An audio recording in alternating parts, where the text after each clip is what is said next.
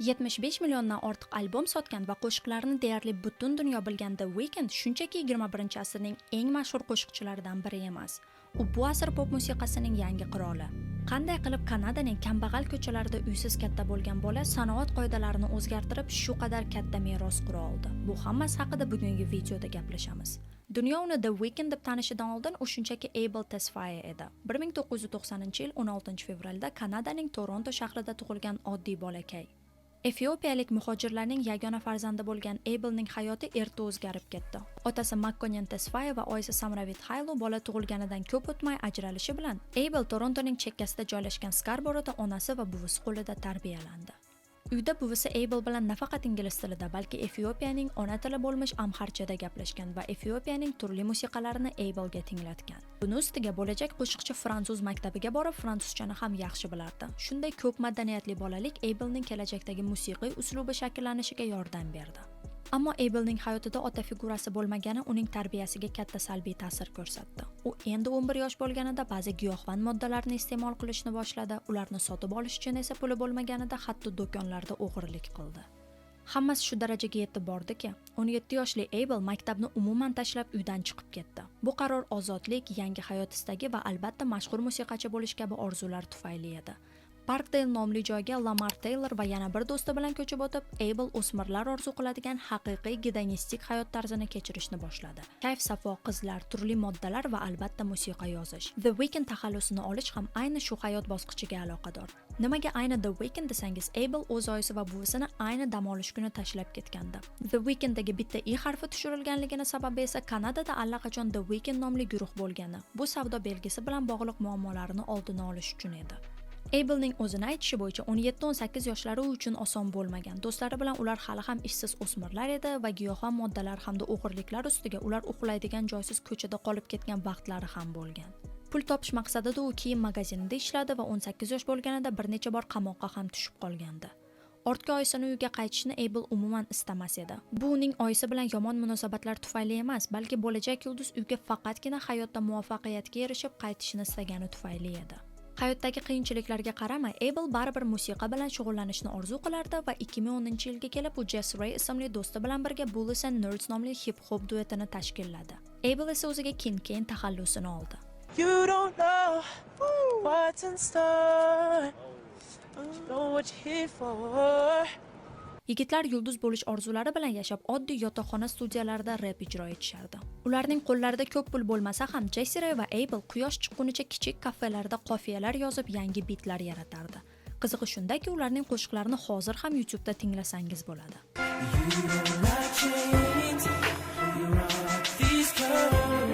Ammo duet uzoqqa cho'zilmadi va 2010-yillarga kelib Abel Jeremy Rose ismli prodyuser bilan bir ziyofatda ko'rishib qoldi. Prodyuser R&B musiqa janrida bir loyiha yaratish niyatida edi va Abelning freestyle rapini eshitgandan so'ng unga birga ishlashni taklif qildi. Oxir-oqibat ularning o'rtasida kreativ kelishmovchiliklar paydo bo'lishiga qaramay, Weeknd What You Need, Loft Music va The Morning qo'shiqlarini anonim tarzda XOXOXO nomi ostida YouTube'ga yukladi va ayni shu Weeknd hayotining burilish nuqtasi bo'ldi. Drake'ni musiqa olamida tanimaydigan insonni o'zi bo'lmasa kerak. Ayni u shu qo'shiqlar orqali Weekndni potensialini ko'ra oldi va bu haqida hali yana ko'proq gaplashamiz. Shu vaqtda Abelning qo'shiqlari turli ommaviy axborot vositalarida, jumladan Pitchfork va The New York Times tomonidan ham yoritildi. Uning musiqasi va ovoziga o'sib borayotgan qiziqish bilan 2011-yilda Abel o'zining debyut mixtape House of Balloons'ni chiqardi. U yerdagi qo'shiqlarning asosiy ma'nosi Abelning Torontodagi hayoti edi. Giyohvand moddalar, ishqiy munosabatlar va umuman hayotdan kayf olish haqida bo'lgan treklar juda ham ko'p tinglovchilarni hayron qoldirardi. Shunday shirali ovoz sohibi bunday biroz negativ ma'nodagi noodatiy narsalar haqida kuylashi boshqacha ko'rinardi.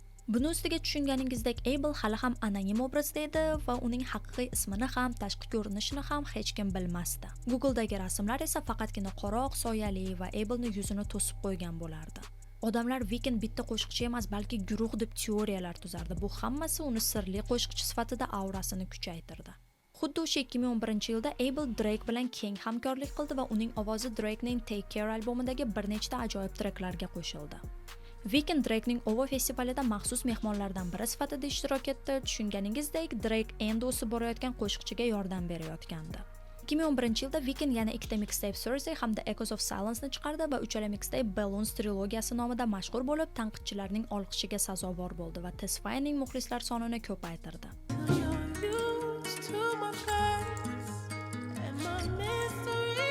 Uning juda shirali ovoziga qo'shib, insonlarga uning chindan ham toksik, lekin haqiqiy hayot haqida bo'lgan lirikslari juda yoqardi. 2012-yilda Weeknd haqiqiy hot yulduzga aylanib, Coachella va boshqa mashhur festivallarda qatnashdi va hatto o'zini birinchi The Fall Tour nomli gastrollarini boshladi. Londondagi shousi vaqtida u Michael Jacksonning Dirty Diana qo'shig'ini Katy Perry va Florence Welch kabi tomoshabinlar oldida ijro etdi.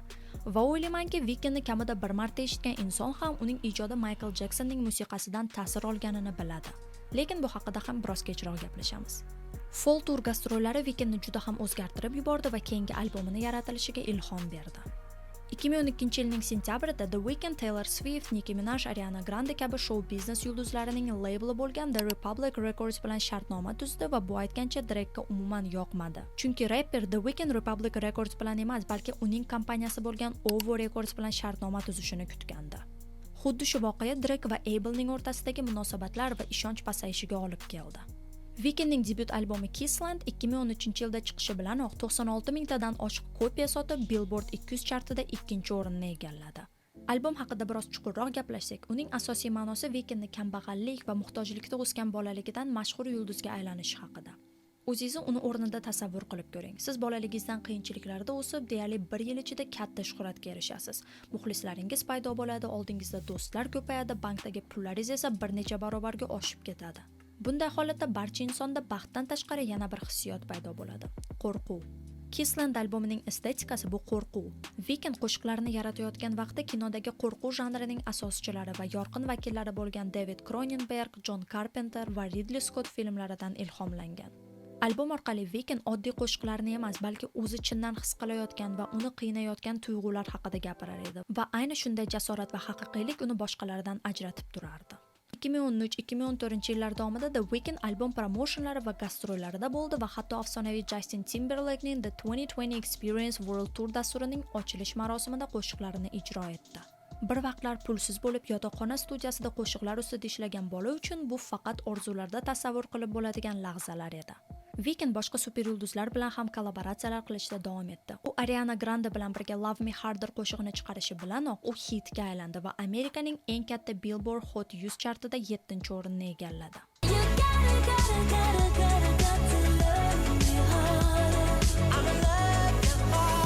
Ha, The Weekndning ovozi hamma joyda edi. Internet bloglaridan tortib Amerikaning radiolarigacha. O'sha yili The Weeknd kino olamiga birinchi qadam qo'ydi. The Hunger Games Catching the Fire filmi uchun ikkita soundtrack va 50 Shades of Grey filmi uchun Earned It qo'shig'ini ijro etdi. Ayni Earned It balladasi uchun The Weeknd Grammys'da eng yaxshi R&B ijrosi nominatsiyasida g'alaba qozondi va o'z karyerasidagi birinchi Grammy mukofotini oldi. Bunga qo'shib, u Oscars marosimida ham eng yaxshi original qo'shiq kategoriyasida birinchi nominatsiyaga sazovor bo'ldi.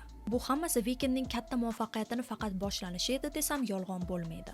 2015-yilda ikkinchi albom Beauty Behind the Madness chiqishidan oldin The Weeknd albomining afsonaviy singllari Often, Girl, I do this often. The Hills, I only call you when it's half-past. Can Feel My Face ni chiqardi va so'nggi ikkita qo'shiq Billboard Hot 100 chartida birinchi o'rinni oldi. Va hozirda ularning Spotify'da streamlari deyarli 2 milliardni tashkil qiladi. I can feel my face when I'm with you, but I love it. Billboardning iyul oyidagi Hot R&B qo'shiqlar ro'yxatida The Weeknd birinchi 3 o'rinni yakkaxon egallab oldi. Can Feel My Face birinchi o'rinda, The Hills ikkinchi, Earned It qo'shig'i esa 3-o'rinda bo'lib, Weeknd chart tarixiga kirdi. O'sha yillarda yana trendda bo'lgan Weekndning Pineapple Hair, ya'ni ananas shaklidagi soch turmagini unutmaylik. Pop madaniyat olamida stil va imij katta rol o'ynashini barcha tushunsa kerak va Weekndning butun karyerasi davomida ayni soch turmaklari uni boshqalardan ajratib turardi va deyarli barchasi hozirda ikonik hisoblanadi. Avgustda albomni chiqishi bilanoq The Weeknd Gollywoodning eng kuchli xonandalaridan biriga aylanganini yana bir bor isbotladi. Beauty Behind the Madness bir hafta ichida 400 mingtadan oshiq kopiyada sotilib, Billboard 200 chartining birinchi o'rnida debyut qildi va yilning eng mashhur albomiga aylandi. 58 Grammy mukofoti marosimida yilning yozib olingan musiqasi, eng yaxshi yakkaxon pop ijrosi, yilning albomi kabi nominatsiyalar olgan The Weeknd eng yaxshi zamonaviy urban janridagi albom kategoriyasida g'alaba qozona oldi. Travis Scott, Beyonce, Kanye West kabi yulduzlar bilan birga ishlashdan tashqari, The Weeknd Lollapalooza kabi dunyoning eng mashhur festivallarida headliner bo'ldi va Amerika bo'yicha Madness Fall turini o'tkazdi. Nega albom va tur nomi aynan Beauty Behind the Madness, ya'ni aqldan ozish ortidagi go'zallik desangiz, bunday nom shon-shuhratning jozibali, ko'pincha mast qiluvchi tomonlarini, ya'ni go'zallikni ifodalaydi. Shu bilan birga ko'pincha unga hamroh bo'lgan qorong'uroq, xaotik, o'z-o'zini yo'q qilish tendensiyalarini, ya'ni aqldan ozish haqida ham gapiradi. Ushbu mavzu albomdagi qo'shiqlarda o'rganilib, Weekndning shaxsiy kurashlari, sevgi va munosabatlarining mushkulliklarini ko'rsatadi. Sevgi dedikmi, xuddi shu yili Weekndning hayotida uning musiqasiga katta ta'sir ko'rsatadigan muhabbat hikoyasi ham sodir bo'ldi. Hadid opa-singillari haqida bilmagan insonni o'zi bo'lmasa kerak va 2015-yilda dunyo podiumlarida o'ziga endi ism qilayotgan vaqtda 18 yoshli Bella Hadid 25 yoshli Weeknd bilan uchrashib qoladi va bu uzoq yillar sevish, ajralish, yarashish muhabbat hikoyasining boshlanishiga aylanadi. Ular o'shanda chindan ham birga baxtli edi. Misol, Bella intervyu vaqtida shunday degan: "Men Abel bilan uchrashyapman va uni The Weeknd sifatida ko'rmayman. Men The Weeknd va uning musiqasi bilan faxrlanaman, lekin Abelni juda yaxshi ko'raman." Ular Met Gala kabi tadbirlarda birga qatnashardi va o'z ijtimoiy tarmoqlarida bir-birlari bilan rasmlar qo'yardi. Bitta gap qilib aytganda, ular haqiqiy that couple, ya'ni hamma havas qiladigan juftlik edi. Ammo barcha yaxshi narsalar ertami kechmi tugashi mumkin. Taxminan 1 yillik munosabatlardan so'ng ular ajralishdi. Sabab ikkala yulduz ham o'z karyeralari bilan band bo'lib, o'rtalarida katta masofa paydo bo'lgani. Weekndning karyerasi 2016-yilga kelib o'zi hamma orzu qiladigan trayektoriya bo'yicha ketayotgan edi. The Weeknd endi shunchaki Torontodagi sirli ovozga anonim qo'shiq kuylaydigan odam emasdi. U shou biznes olamining cho'qqisiga yetib kelgandi. Chartlardagi katta o'rinlar va eng mashhur festivallardan tortib Grammy mukofotidagi g'alabalargacha. Ammo Abel Tesfaye bunda to'xtab qolishni istamadi. U o'z musiqasini yana ham mukammallashtirish orzusida bo'lib, artist sifatida o'zini qayta kashf qilishni istadi va 3-studiyaviy albumi Starboy'ni e'lon qildi. Xuddi shu nomli single Daft Punk nomli afsonaviy fransuz dueti bilan birga yaratilib, sentyabrda rasman musiqiy platformalarda chiqdi. Starboy Weekndning oldingi qo'shiqlaridan farq qiladigan va hatto biroz derski tovushlarga ega jo'shqin bir madhiya kabi edi. Qo'shiq Billboard Hot 100 chartida 40-o'rinda debyut qildi. Nega buncha past deb o'ylasangiz, xulosa qilishga shoshilmang, chunki Starboy 40-o'rinda uzoq vaqt qolmadi. Tez orada u 1-o'ringa ko'tarilib, haqiqiy hitga aylandi. Yana bir single I Feel It Coming ham chartda 4-o'rinni olib, hozirgacha Weekndning eng mashhur qo'shiqlaridan biri bo'lib keladi.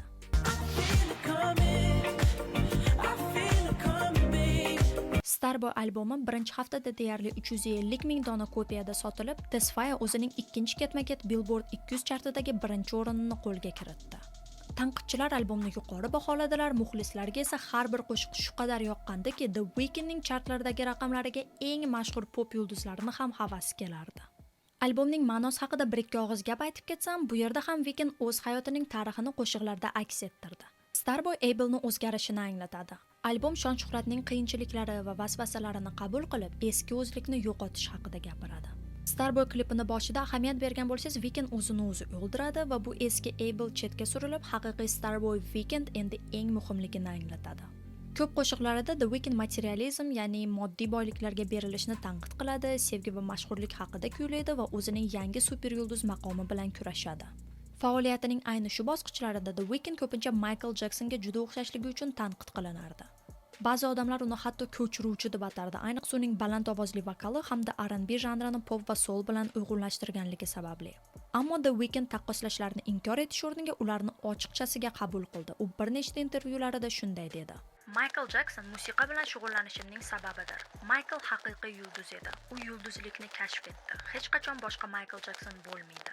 Men Michael bo'lishga harakat qilmasligimni aniq aytmoqchiman. U men uchun juda muhim san'atkor, shuning uchun uni musiqamda eshitasiz. Xulosa qilsak, The Weeknd Michael Jacksonning merosini davom ettirmoqda. Pop qirolining ta'siridan foydalanib, u o'z musiqiy uslubini yaratgan va bu ikkita o'ziga xos san'atkorlarni taqqoslash to'g'ri bo'lmasa kerak. Siz Weekndning karyerasi va qo'shiqlari haqida qanday fikrdasiz? Albatta izohlarda bo'lishing. Bu videoga like bosishni va kanalga obuna bo'lishni unutmadingiz degan umiddaman. Bu menga juda ham katta motivatsiya bo'lardi. Oldindan rahmat. Aytgancha, ayni Starboy bilan yana bir qiziq voqea bor. Abelning sobiq sevgilisi Bella Hadid 2016-yilgi Victoria's Secret showsida model sifatida podiumda yurgan vaqtda Weeknd Starboyni ijro etgan va bu ular ajrashishidan uzoq vaqt o'tmay sodir bo'lgandi. Bella Weekndning oldidan o'tib ketgani juda ham ko'p muxlislarni hayajonga solgan va mana deyarli 10 yil o'tib ham shu Victoria's Secret showsi odamlar tomonidan muhokama qilinadi. Starboy albomi 2018-yilda o'tkazilgan Grammy mukofotida eng yaxshi urban janridagi albom nominatsiyasida g'olib bo'ldi. O'sha vaqt u Kendrick Lamar bilan birga Qora Pantera kinosi uchun Pray For Me qo'shig'ini ham chiqardi.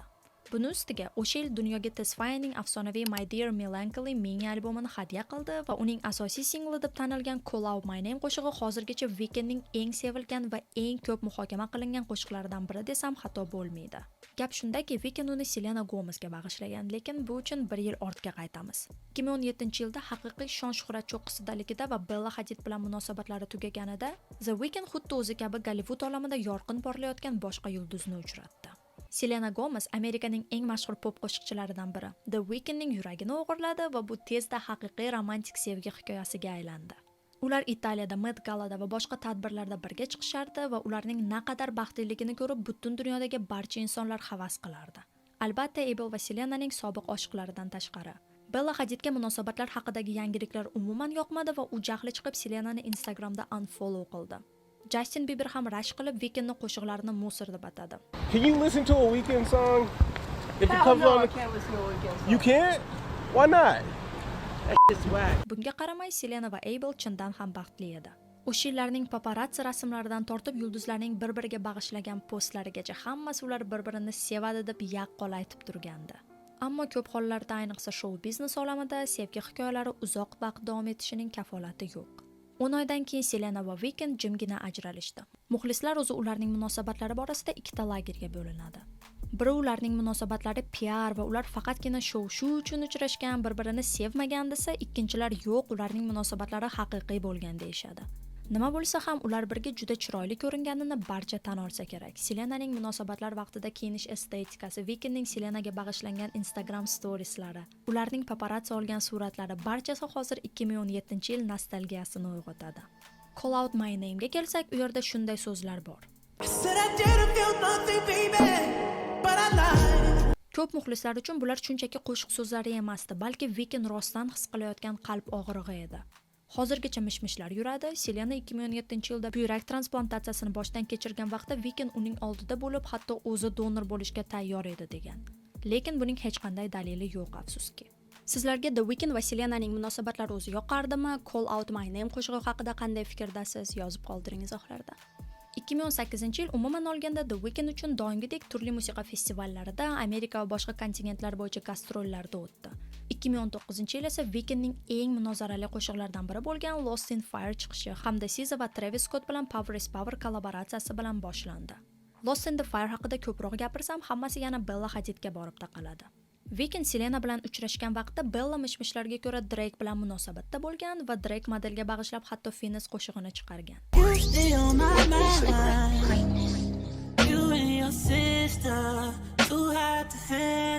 Bu Weekndga yoqmadi va Lost in the Fire qo'shig'ida Abel Drake'ga shade qildi, uni o'g'lini borligini jamoatdan yashirgani haqida ba'zi so'zlar aytib.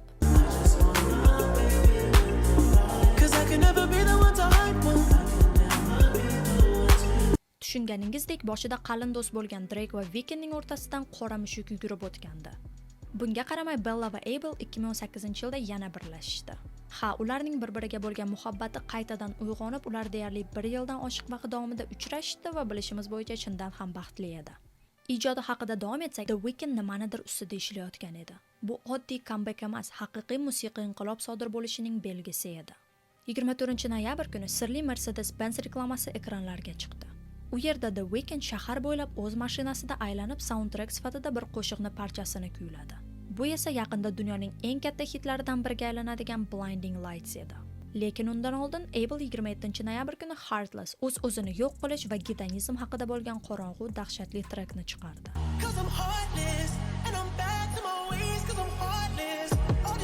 Boshida 32-o'rinni olgan Heartless tez orada Billboard Hot 100 chartida 1-o'ringa chiqdi, lekin haqiqiy sensatsiya 2 kundan keyin Blinding Lights rasman chiqishi bilan sodir bo'ldi. 80-yillarning nostalgiyasini uyg'otgan trek retro sintezlar va biti bilan boshqa qo'shiqlardan rosa ajralib turardi. Insonlarga qo'shiq yoqdi desam kam bo'ladi. Butun dunyodagi muxlislar qo'shiq tufayli aqldan ozdi.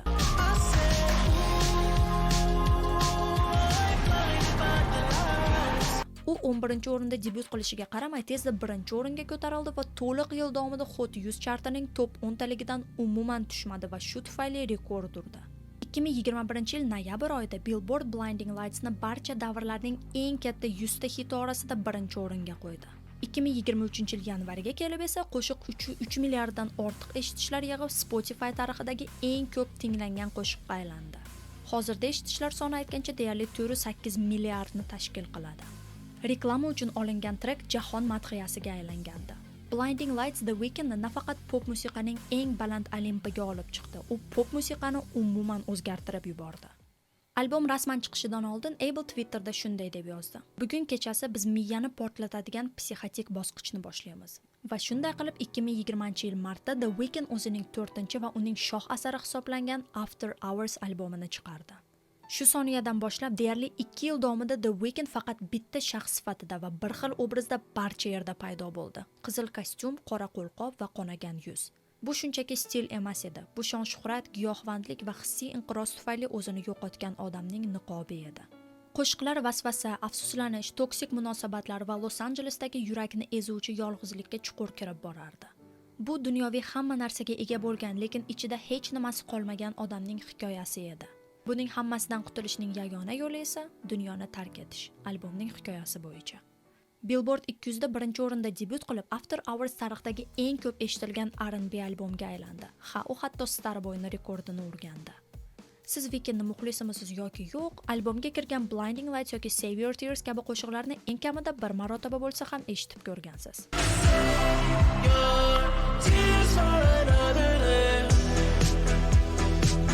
Keyinchalik 2020-yilda Weekndning ovozi Juice WRLD, Calvin Harris va Ariana Grande kabi yulduzlar bilan kollaboratsiyalarda aks etdi va Abel Tesfaye dunyoga yana bir bor isbotladi. Musiqiy janridan qat'iy nazar, uni qo'lidan va ovozidan barcha narsa keladi. 2021-yil 7-fevralda The Weeknd Super Bowlda markaziy sahnaga chiqdi va bu shouning headlineri bo'lgan birinchi kanadalik yakkaxon ijrochiga aylandi. Weeknd Super Bowlda shunchaki paydo bo'lmadi. U o'z chiqishini unutilmasligiga ishonch hosil qilish uchun o'z pulidan $7 million ishlatdi. Ko'zni qamashtiruvchi tasvirlar, qizil kostyum kiygan raqqosalar va Weekndning kuchli energiyasi bilan ijro ko'pchilikning olqishiga sazovor bo'ldi va butun stadionni After Hours'ning o'ziga xos neon dunyosiga aylantirdi.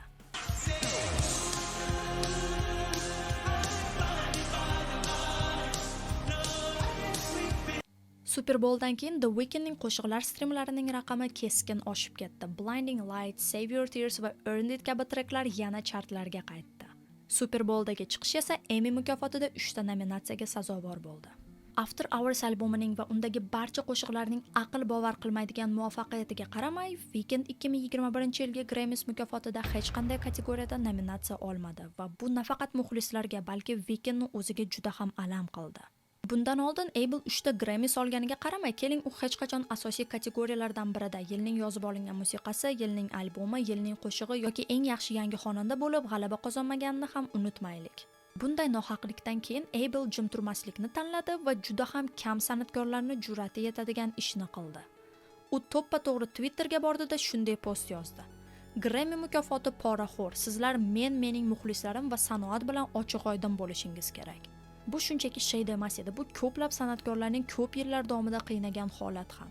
Chunki Weeknddan oldin nohaq g'alabalardan qolib ketgan yulduzlar ko'p bo'lgan. Misol Michael Jackson The Bad albomi katta muvaffaqiyat bo'lishiga qaramay hech qanday asosiy nominatsiyada g'alaba qozona olmaganini bir eslaylik. Nega Grammy bunday qildi desangiz, ba'zi mish-mishlarga ko'ra buning sababi The Weeknd Grammy o'rniga Super Bowlda sahnaga chiqishi bilan bog'liq edi.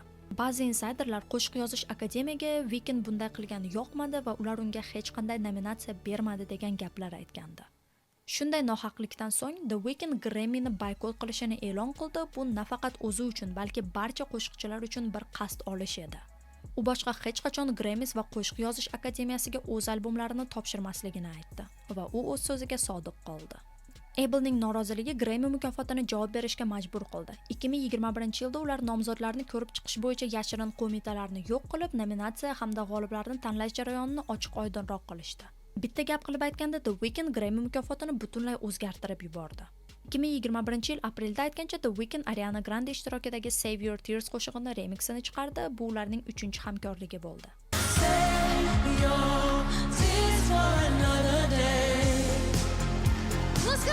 Ularning o'rtasidagi ximiyani va ovozlari bir-biriga juda mos kelishini hamma bilardi.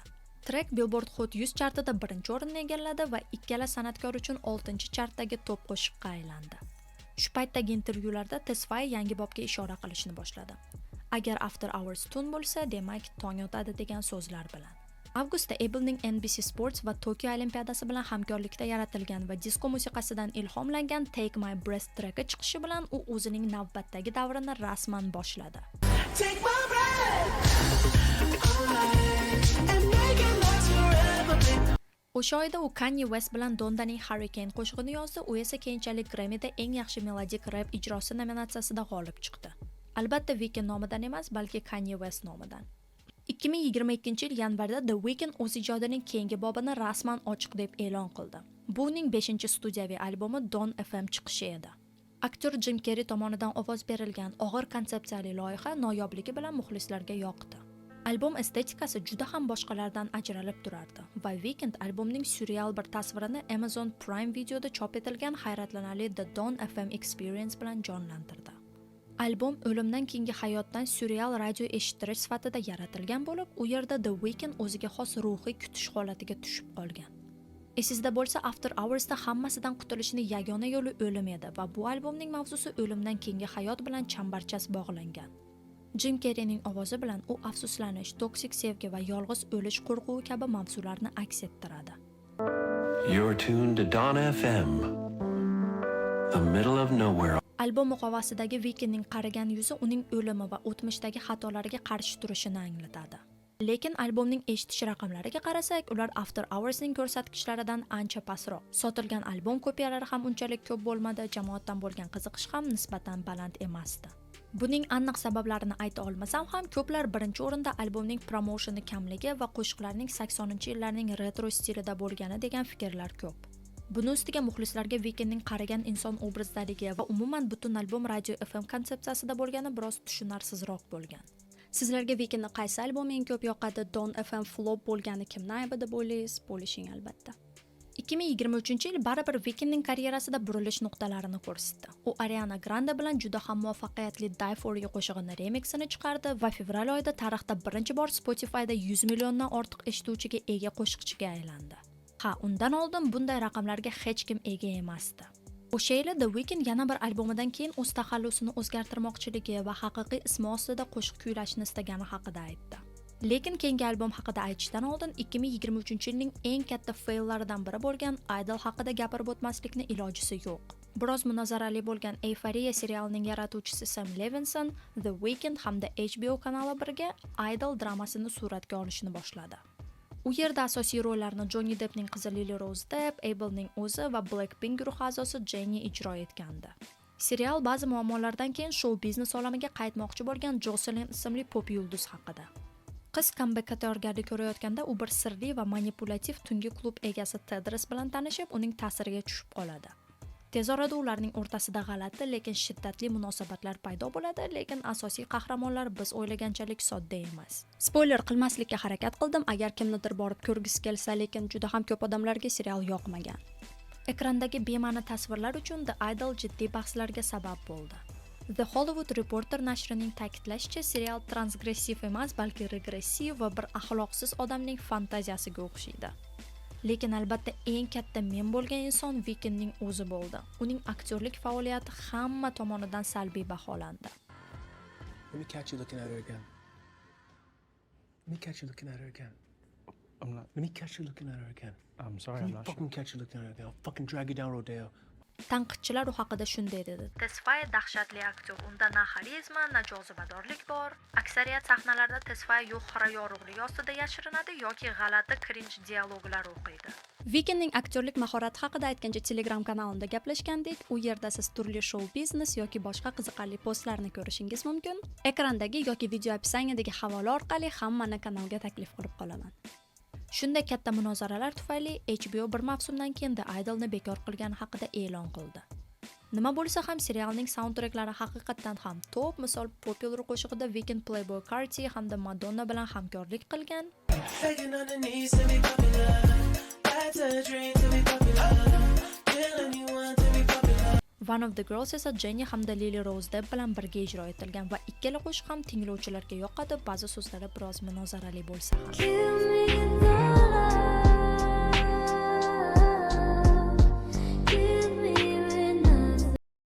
O'sha vaqtlarda Weekendning shaxsiy hayotida ham o'zgarishlar sodir bo'lgandi. Bella Hadid bilan 2019-yilda ajrashganidan keyin Weekend bir necha vaqt hech kim bilan rasman munosabatda bo'lmadi, ammo 2022-yilga kelib butun dunyoni shokka solgan hodisa sodir bo'ldi. Weekend to'satdan o'zining sobiq sevgilisi Bella Hadidning juda ham yaqin o'rtog'i Simi Khadra bilan munosabatdaligi haqida butun dunyo bildi. Simi Khadra o'zi Falastin va Saudiya Arabistonlik DJ, model va bizneswoman. O'zining egizagi Hayes Khadra bilan ularning birga makiyaj brendi bor va yoshligidan qizlar boy oilada o'sgan hamda Jenner va Hadidlar kabi mashhur oilalarga aloqador bo'lgan. Aytib o'tganimdek, Bella va Simi juda uzoq vaqt davomida yaqin do'stlar edi va Bella hatto Simini o'z opasi deb Instagramda atagandi. Lekin Simi Abel bilan uchrashishni boshlaganidan keyin qizlarning do'stligi ham tugadi. Simi o'zi esa opasi Hayes bilan juda ham noyob go'zallikka ega qizlar bo'lishiga qaramay, ular ham Gollivud go'zallik standartlarining qurboniga aylanishdi va ba'zi plastik operatsiyalarni boshdan kechirib, bir-biridan ajratib bo'lmas Instagram influenserlarga aylanishni qo'yishdi. Weekend bilan Simining munosabatlari hozirgi kungacha davom etmoqda, lekin ular shaxsiy hayotini boshqalar bilan bo'lishmaydi va shuning uchun ularni birga qizil gilam yoki boshqa tadbirlarda ko'rmaymiz. 2023-yili Weekend Travis Scottning K-pop singlida paydo bo'ldi, lekin qo'shiq Koreya pop musiqasi haqida deb o'ylasangiz, adashasiz. K bitta giyohvand moddaning nomi, pop esa lollipop so'zining kalta versiyasi.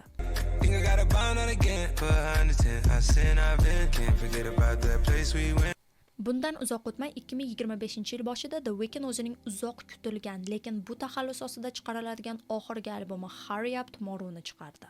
Albom Abel gastrol o'rtasida ovozini yo'qotganidan ilhomlangan va u yerda Weeknd o'z-o'zini yo'q qilish va o'zi yaratgan The Weeknd shaxsidan chiqib ketish mavzularini ko'targan. Ba'zilar albomni haddan tashqari melanxolik va cho'zilib ketgan deb ataganda, boshqalarga Hurry Up Tomorrow'ning dadilligi yoqdi. Albomga promotional yordam sifatida Weeknd Jenna Ortega bilan birga filmda rol o'ynadi. Weeknd eski xatolaridan o'rganmadi va Hurry Up Tomorrow filmida asosiy rol o'ynashga qaror qildi va afsus, shu may oyida kinoteatrlarga chiqishi bilanoq film flop bo'ldi va Weeknd yana memga aylandi. Stand by and let you hurt yourself because I care about you too much and I just want to help you, Abel. Shut the fuck up! Shut the fuck up! Shut up! What are you doing? What the fuck are you doing? I have to go right now. I'm getting calls. I have to catch a flight. I'm on a tour. Bro, shut up. Shut up. I'm literally on tour. I'm being nice right now. This is me being nice. Shut up. Shut the fuck. Shut the fuck up. Tanqidchilardan tortib muxlislargacha deyarli hech kimga film va ayniqsa Weekndning rol o'ynashi yoqmadi. New York Times kinoni mazmunsiz degan bo'lsa, IndieWire eng yomon behuda loyihalardan biri deb atadi. Siz bu holat haqida qanday fikrdasiz? To'g'ri, The Weeknd Jenna Ortega kabi juda qobiliyatli aktyor va aktrisalar oldida biroz besunaqay ko'rinib qolishi mumkin, lekin u o'zini yangi sohalarda sinab ko'rayotgani uchun katta respekt. Weeknd Grammys mukofotida ham 2025-yilda kutilmagan chiqish qildi. O'sha vaqtga kelib Qo'shiq yozish akademiyasida ba'zi o'zgarishlar sodir bo'lgandi. Nomzodlarni tanlash bo'yicha yashirin qo'mitalar tarqatib yuborilgan, 3000 tadan oshiq qora tanli ovoz beruvchilar qo'shilgan va albatta ko'proq adolat va'da qilingandi. The Weeknd Playboy Carti va raqqoslar ishtirokida Cry For Me va Timeless qo'shiqlarini ijro etdi va bu Grammysning boykoti tugaganini va u akademiya bilan yarashib olganini ramziy belgisiga aylandi. 2025-yil 6-iyun kuni Abel o'zining After Hours, Dawn FM va Hurry Up Tomorrow trilogiyasining ramziy yopilishini belgilab beruvchi Baptized in Fear treki uchun yangi musiqiy video chiqardi. Kritiklar va muxlislar buni hissiy asar deb atashdi va bu haqiqatdan ham asl Weekndning personasining oxiri bo'lishi mumkinligini taxmin qilishdi. Bu o'ylaymanki, Abel Tesfaye ijodining faqatgina yangi boshlanishi. Shunday qilib, Torontoning kambag'al ko'chalaridan dunyoning eng mashhur qo'shiqchisiga aylanishigacha, Weeknd musiqa orqali og'riq, shon-shuhrat va qo'rquv, sevgi va yo'qotish o'rtasidagi chegaralarni yo'q qilib tashladi va musiqa olamini butunlay o'zgartirdi. Va bugunga shu do'stlar, keyingi videolarda ko'rishguncha xayr.